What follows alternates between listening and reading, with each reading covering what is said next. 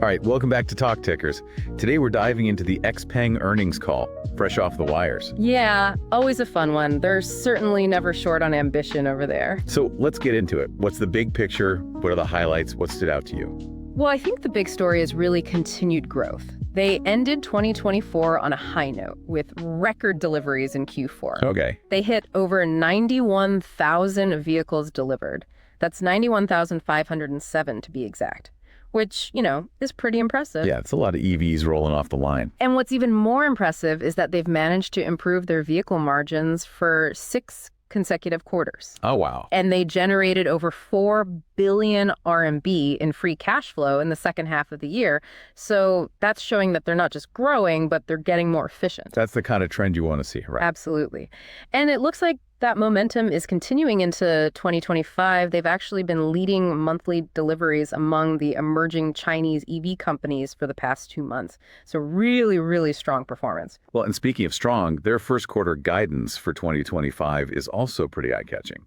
They're projecting deliveries between 91,000 and 93,000 vehicles, which, if you do the math, is a year-over-year increase of like 317% to 326%. Yeah, they're not mincing words. That's some serious growth they're forecasting. And their revenue projections are similarly bullish.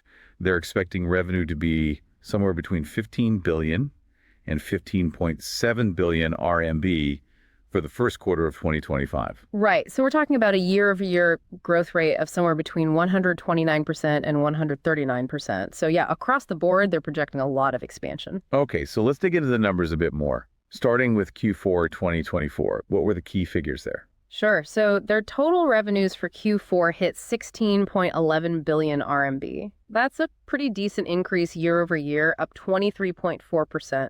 But what's even more interesting is the quarter over quarter jump, Which was? a whopping 59.4% increase. Wow. And if you look at vehicle sales revenue, that was the lion's share of that. It came in at 14.67 billion RMB. Again, a really nice year-over-year increase of 20%. Okay. But even more striking, that's a 66.8% increase quarter over quarter. Okay, so huge growth in vehicle sales.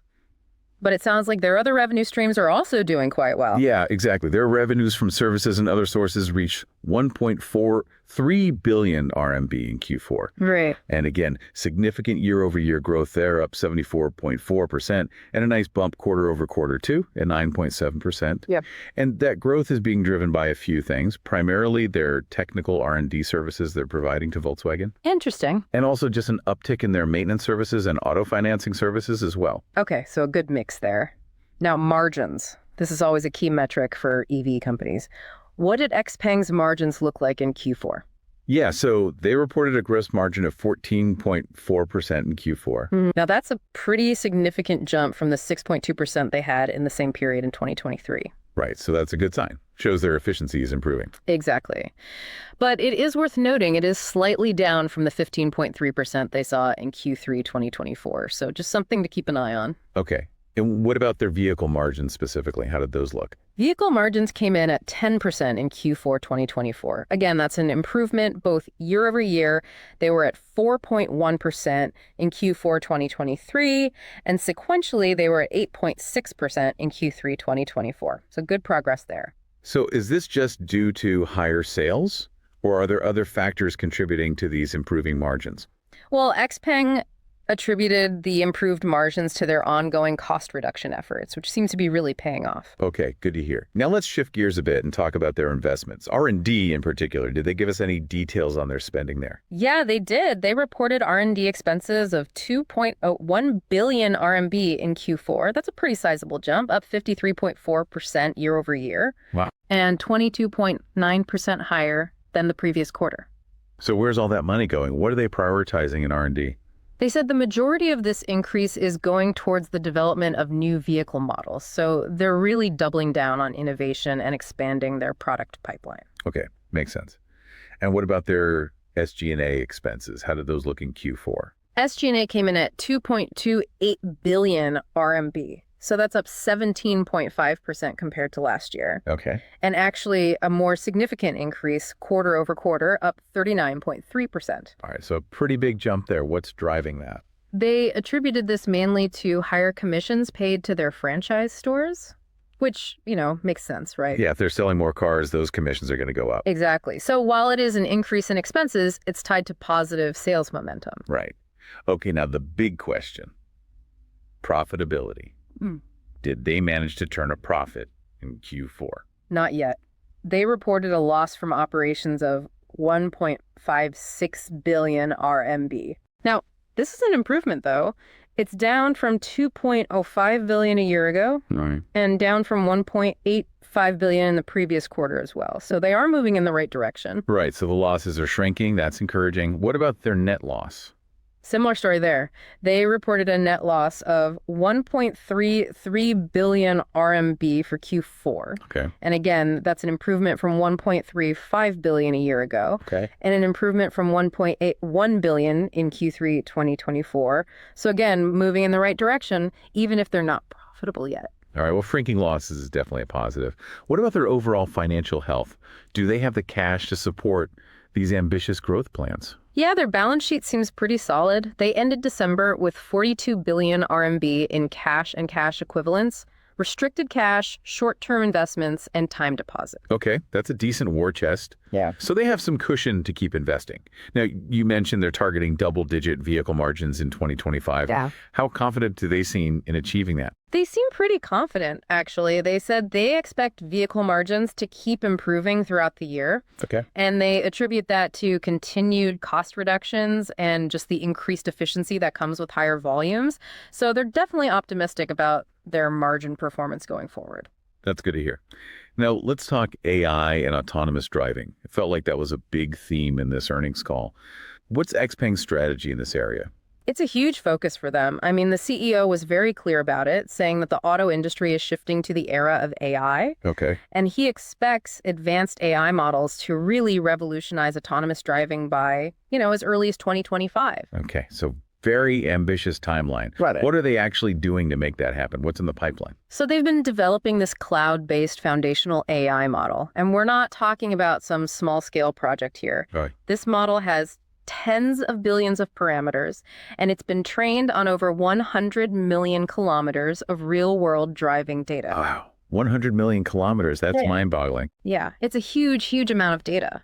So how do they actually get that massive AI model from the cloud into their vehicles? How's that work? That's a good question. And it's a challenge, right? They're using techniques like distillation, pruning, and quantization to basically take this huge model and compress it and optimize it to run on the computers in their cars.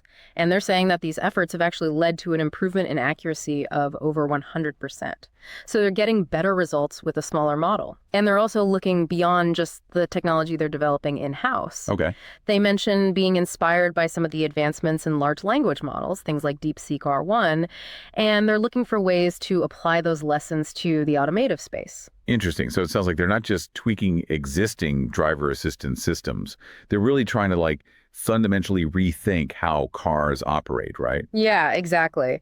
Their vision is really about creating AI-powered vehicles that are truly smart, in a way that we haven't seen before. And their vision extends even beyond cars. Okay, how so? They also see AI-powered humanoid robots as a key part of their future.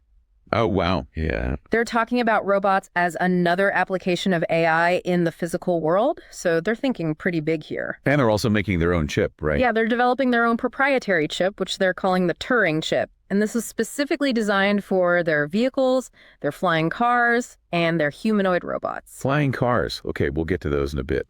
But first, back to autonomous driving. They made some pretty bold claims about their upcoming capabilities, right? What's the timeline there? Yeah, they said their goal is to be the first in China to offer a smart driving experience that's comparable to level 3 autonomous driving. And they're aiming to do that in the second half of 2025. They're betting that this will be a game changer and drive a lot of demand. Okay, so 2 years from now. And what about level 4 autonomy? Any word on that? Yeah, they said they plan to start mass production of vehicles that support level 4 autonomous driving in 2026. They'll be focusing on low-speed scenarios initially. All right, so some pretty aggressive goals there. What kind of market opportunity do they see for these advanced autonomous features? Well, they cited industry projections that suggest the penetration rate of advanced urban smart driving among new car buyers in China is going to exceed 10% in 2025. Okay, so A significant portion of the market. Right. And they also made an interesting claim. Which was? They said that right now they believe that XPeng and Tesla are the only two companies globally that can provide reliable AI smart driving without needing high-definition maps or LiDAR. Wow, that's a big claim. It is. And they say that they can do this because they have this unified software system that they've developed in-house, which works across all of their models. Okay, so they're betting on their in-house technology, and they're making this AI smart driving standard on their new models, right? Yeah, that's their strategy. They want to make this technology accessible to everyone. So all new XPeng models from the P7 Plus onwards, including the new 2025 versions of the G6 and G9, will have their pure vision-based AI smart driving system as standard across all trim levels. So no more having to pay extra for those advanced features. Exactly. And they're also going even further. They want to bring the price of this technology down even more. Okay. They're launching a new version of the Mona MO3 called the MO3 Max in May. Okay. And they're aiming for a price point of around 150,000 RMB for that one. So they're really trying to make urban AI smart driving accessible to a much wider audience. All right. So big push on AI and autonomous driving. And they have a lot of new models coming out too, right? Yeah, their product roadmap is jam-packed. They're planning to launch new or updated models every quarter starting in 2025. And all of them will be incorporating the latest AI technologies. Wow, that's a lot of new cars. And are these new models selling well? Did they give any updates on demand? Yeah, they said that orders for the new 2025 G6 and G9 have already exceeded their expectations. They're starting deliveries of the G6 on March 21st, and they're working hard to ramp up production to meet the demand. Okay, good problem to have. And they also said that we can expect to see new Max trims and updates for other models in their lineup too, like the Mona MO3, the G7, and the X9. All right, so a lot of new products hitting the market. What's the thinking behind this rapid rollout? They basically said that their goal is to build a really strong and diverse product portfolio. Okay. And they want to have products that can meet the needs of all kinds of different customers, which of course will help them grow their market share. They're projecting that they'll hit new sales records in the second quarter of 2025, and they have even more new BEVs and cars built on their new XPeng super electric platform planned for the second half of the year. So really going full speed ahead. Yeah, and their long-term goal is to have a comprehensive product lineup covering the mainstream price segments from 100,000 RMB up to 500,000 RMB by the end of 2026. So they want to have something for everyone. They also talked about setting up a new design center in Shanghai. What's the purpose of that? That's focused on design. They want to improve the aesthetics and just the overall perceived quality of their new models. Okay. And all of these new models will be built on a platform-based architecture, meaning they'll share a lot of underlying technology and components. This should help them streamline their R&D and manufacturing and achieve better economies of scale. Okay, that makes sense. Now, the CEO also mentioned mean miles per intervention, or MPI, as a key metric for autonomous driving. What were his thoughts on that? Yeah, he said it's important to remember that MPI can vary a lot depending on the driving scenarios and even driver behavior. Okay, so it's not a perfect metric. Right. But he did say that XPeng considers achieving level 3 capability, which he kind of equated to around 1 takeover per 100 kilometers as a major milestone. Okay. And he believes they're already doing better than the industry average on MPI. But their goal, obviously, is to keep improving that number. Makes sense. And they're also engaged in the regulatory side of autonomous driving, right? Well, yeah, they're actively involved in discussions around safety standards and regulations for autonomous driving in China. Okay. They even submitted proposals at the recent NPC sessions, so they're really trying to help shape the future of this technology in China. Now, a lot of companies are working on autonomous driving. Does XPeng think it can maintain its lead? They do. They said that they believe their full-stack in-house development capabilities, their data closed-loop iteration, and their focus on profitability and economies of scale give them a real advantage that's not easily replicated. And they highlighted their Turing chip as a key differentiator. Having their own custom chip lets them optimize for performance and iterate faster. All right, so let's move on to something a bit more futuristic. Flying cars, they touched on that during the call, right? Yeah, flying cars and humanoid robots, they see those as key parts of their long-term vision. Okay, so this isn't just about cars anymore. It's about, like, the future of mobility in general. Right. They want to be at the forefront of that, and they've actually set a target for mass production of their flying cars, 2026. 2026. That seems incredibly ambitious. It does, but they seem serious about it. They think they can be a first mover in the flying car space in China. Well, I guess we'll see. Now, how do flying cars and humanoid robots tie in with their autonomous driving efforts? Is there any connection there? They see a lot of synergies, actually. They think the work they're doing on Level 3 autonomous driving for their cars will directly translate to Level 3 capabilities for their robots. The underlying AI models will be similar, even if the training data is different. Okay, that makes sense. So they're leveraging their expertise in one area to advance another. And what's the timeline for humanoid robots? Also 2026. They're aiming for mass production by then, but they admitted it's going to be even more challenging than AI-powered vehicles. Oh, so. They said it's because you need to seamlessly integrate really complex hardware with advanced AI, and you need that AI to have Level 3 level intelligence just for basic functionality. This is a much more complex problem than just driving a car. Exactly. The physical world is a lot less predictable. Right. What's the current status of their robot development efforts? They said they're making good progress. They're working on the lower body, the legs, the arms, the mouth, and the agent, which is basically the brain. So they're building up all the different pieces. Okay, interesting stuff. Now let's talk about their global expansion plans. They're not just focused on China, are they? No, they're definitely making a push internationally. They said their overseas sales exceeded 20,000 vehicles in 2024, and that made them the #1 exporter among China's emerging EV brands in the mid to high-end BV segment. So a pretty strong showing. And what are their goals for 2025? They're aiming to double their overseas sales in 2025. And they plan to have over 300 sales and service stores worldwide. That's double the number they had in 2024. Okay, so a big expansion. Yeah.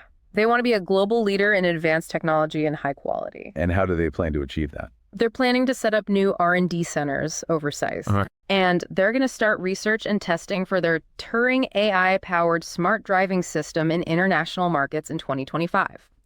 Their ultimate goal is to bring their AI smart driving to more countries in 2026 and beyond. And of course, they're going to make sure it complies with local regulations in each market. Makes sense. And with this international expansion, what are their overall sales expectations for the year?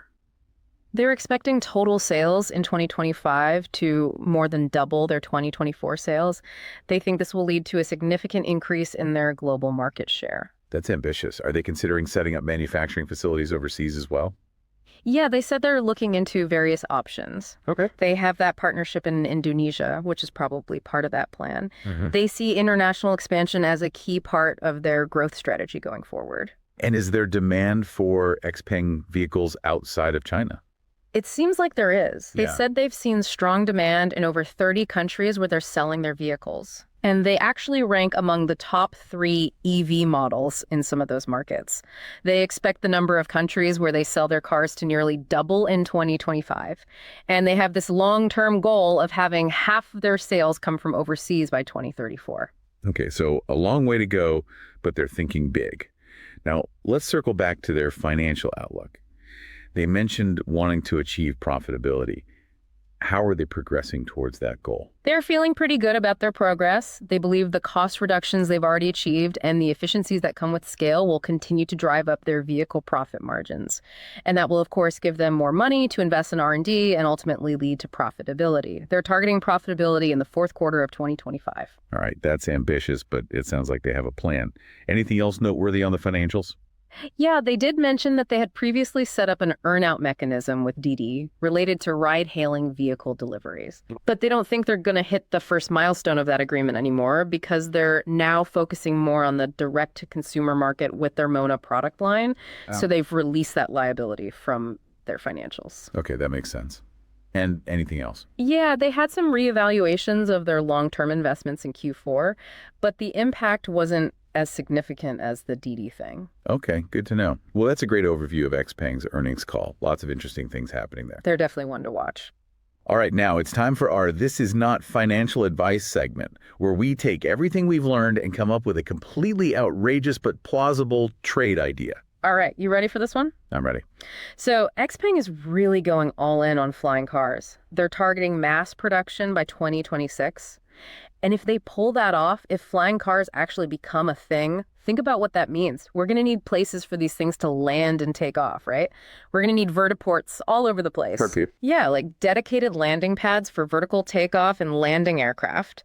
So here's the trade idea. Buy stock in companies that are developing and deploying vertiports. Okay, so you're betting that the infrastructure for flying cars is going to be the next big thing. Exactly. If XPeng's vision becomes reality, those companies are going to be in high demand. Of course, this is highly speculative. Yeah, this is not financial advice territory. Absolutely. But hey, it's fun to think about. It is.